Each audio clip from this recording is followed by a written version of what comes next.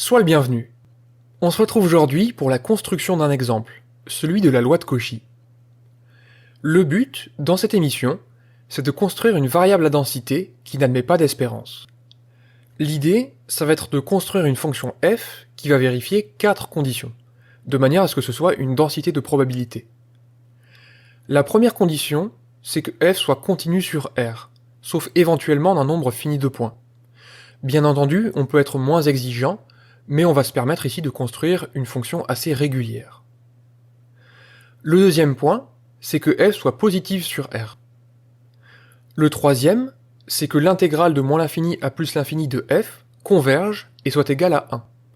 De cette manière, avec les points 1, 2 et 3, f sera une densité de probabilité, c'est-à-dire qu'on pourra trouver une variable aléatoire x qui admet f pour densité. Et le quatrième point, qui nous concerne particulièrement aujourd'hui, c'est de dire que l'intégrale de moins l'infini à plus l'infini de t f de t diverge. Alors justement, ce quatrième point, c'est celui duquel j'ai très envie de partir pour construire mon exemple. Puisque quand je regarde les deux premiers points, la continuité et la positivité, dans les exemples que je vais naturellement imaginer, j'aurai souvent des fonctions continues et même positives. Donc je vais partir souvent, quand je construis un exemple, de la condition qui me paraît la plus exigeante. Donc mon premier essai, ça va être celui de construire une fonction f qui à t associe 1 sur t carré. Parce que je sais que t sur t carré, ça va faire du 1 sur t, ça va faire du Riemann qui va diverger au voisinage de l'infini. Maintenant, bien entendu, ça ne va pas fonctionner. Mais l'idée de cette émission, c'est de montrer comment on peut rebondir après des échecs successifs. Donc des propriétés 1, 2, 3 et 4, lesquelles sont vérifiées et lesquelles ne sont pas vérifiées. Eh bien la première propriété, que f soit continu sur R, je mets moyen, puisqu'effectivement c'est continu sur R étoile, donc il faudrait que je complète éventuellement cette fonction en lui donnant une valeur en 0. Ici il n'y en a pas. Au niveau du deuxième point, la positivité de f, là par contre mission accomplie. J'ai mis un carré au dénominateur, donc j'ai quelque chose qui va être toujours positif. Au niveau de la convergence, là ça ne va pas fonctionner, puisque en 0, j'aurais du 1 sur t carré, et ça c'est du Riemann divergent, donc ça ne fonctionne pas. Et enfin, la quatrième condition fonctionne, et c'est même pour ça que j'ai pensé à la fonction 1 sur t carré, c'est pour obtenir du Riemann divergent. Donc si je récapitule, le vrai problème ici, c'est que en 0, on a un problème de divergence. Alors dans cette émission, je vais te proposer deux moyens de régler ce problème de divergence en 0. Alors ça nous donne notre deuxième essai, que je vais appeler la censure. Et ça va être extrêmement pragmatique. On va considérer la fonction f, qui à t associe 0 si t est plus petit que 1, et 1 sur t carré si t est plus grand que 1. Alors tu vois qu'il n'y a plus de problème en 0, puisque maintenant la fonction, elle est identiquement nulle sur le segment 0, 1. Et d'ailleurs, tant qu'à faire, on l'a rendue nulle sur tout R-. Donc là c'est vraiment propre et net, il n'y a plus aucun problème d'intégration. C'est le moment à nouveau de faire le bilan, et nous demander est-ce qu'on vérifie les 4 conditions. Alors pour la première, la continuité, c'est bien le cas, sauf éventuellement en 1. Et ici, effectivement, en 1, ce n'est pas continu. Donc mission accomplie, en tout cas pour une densité de probabilité, c'est tout à fait autorisé. Pour le deuxième point, la positivité de f, là encore, c'est réussi, c'est positif, j'ai introduit aucun nombre négatif. Pour le troisième, la convergence, et le fait que l'intégrale soit égale à 1, et bien là, en fait, la convergence, c'est bien le cas, j'ai tout fait pour, mais pour le fait que ça soit égal à 1, il faut que je fasse le calcul.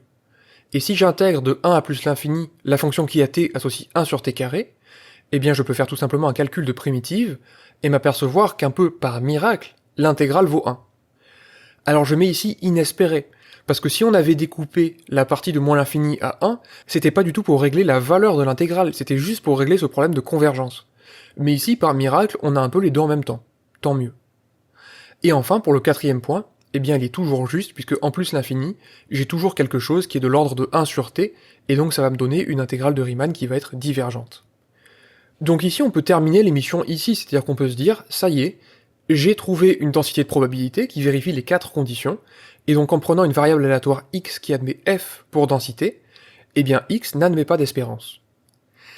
Mais cette variable x, ce n'est pas celle-là qui va suivre ce qu'on appelle la loi de Cauchy.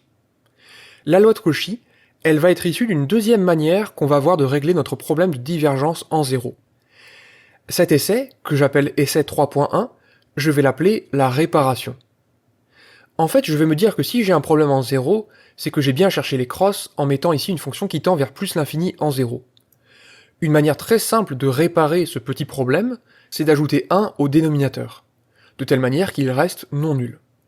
Alors ça reste une fonction continue, ça reste une fonction positive. Au niveau de la divergence, alors cette fois ce n'est pas une intégrale de Riemann, mais on va pouvoir s'y ramener par un simple équivalent, en disant que t sur 1 plus t carré, quand t tend vers plus l'infini, on voit que 1 devient négligeable devant t carré, et donc cette quantité-là va être équivalente à t sur t carré, c'est-à-dire à 1 sur t. Donc ici j'ai toujours une intégrale de Riemann divergente, donc par comparaison de fonctions positives, j'aurai aussi la divergence de l'intégrale que je souhaite. Et enfin, pour le point 3, ici on peut mettre un point d'interrogation. Alors bien entendu, on peut faire le calcul, et ça va converger, l'intégrale converge, ça y a aucun problème d'ailleurs, puisqu'on peut se ramener à encore une fois une intégrale de Riemann convergente, cette fois par un simple équivalent, mais l'intégrale ne vaut pas 1. Et ça va amener ici au dernier essai, que je vais appeler la normalisation. C'est-à-dire que même si on ne sait pas calculer la valeur de cette intégrale, et qu'on ne connaît pas la fonction arctangente, on peut quand même conclure et construire une densité qui va bien aller. Comment fait-on? Eh bien on va considérer la fonction f qui à t associe 1 sur la valeur de cette intégrale que multiplie la fonction qui a juste au-dessus. Autrement dit, si l'intégrale vaut 3, eh bien la fonction d'origine, j'ai juste à la diviser par 3 pour que d'un seul coup, l'intégrale fasse 1. Et cela par linéarité de l'intégrale. Si l'intégrale valait pi carré sur 6, eh bien j'aurais divisé par pi carré sur 6 de manière à me ramener à une intégrale égale à 1. Alors là, il faut juste faire attention, si on écrit juste ça sans calculer, que le dénominateur soit strictement positif. Et c'est le cas ici, puisque j'ai une intégrale convergente d'une fonction continue et positive, donc elle ne peut pas être nulle sans que la fonction elle-même soit nulle, ce qui n'est pas le cas. Alors cette idée-là, elle est très jolie, on la retrouve notamment à d'autres endroits des mathématiques. Par exemple, quand on fait un peu d'algèbre bilinéaire, on a souvent manié des vecteurs, et si on veut qu'un vecteur soit normé, c'est-à-dire de norme 1, eh bien il suffit de le diviser par sa norme. Bien entendu, là aussi, il faudra prendre garde au fait que le vecteur u ne peut pas être nul, puisque dans ce cas-là, je ne peux pas diviser par sa norme. Donc finalement, pour revenir à la fonction, eh bien cette fonction elle va être continue sur R, elle va être positive aussi, l'intégrale va toujours diverger, puisque je n'ai fait que multiplier par une constante qui était non nulle, et enfin, bien entendu, j'ai la convergence de l'intégrale, et cette fois elle vaut 1. Et on a tout fait pour. C'est justement pour ça qu'il y a ce coefficient devant 1 sur l'intégrale de moins l'infini à plus l'infini de la fonction qui à t associe 1 sur 1 plus t carré. Alors maintenant, pour terminer quand même dans la gloire, on va faire le calcul de cette intégrale. C'est une intégrale toute simple en arctangente, entre moins l'infini et plus l'infini, donc ça vaut pi, et finalement cette fonction f, c'est celle qui à t associe 1 sur pi facteur de 1 plus t carré.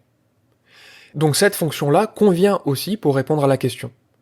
Et quand on prend une variable aléatoire x qui admet f pour densité, eh bien on dit que x suit une loi de Cauchy. C'est l'exemple typique d'une variable aléatoire à densité qui n'admet pas d'espérance, et qui n'admet donc aucun moment, pour faire référence à la miniature. J'espère que cette émission t'a plu, je te souhaite une excellente journée, et je te dis à la prochaine.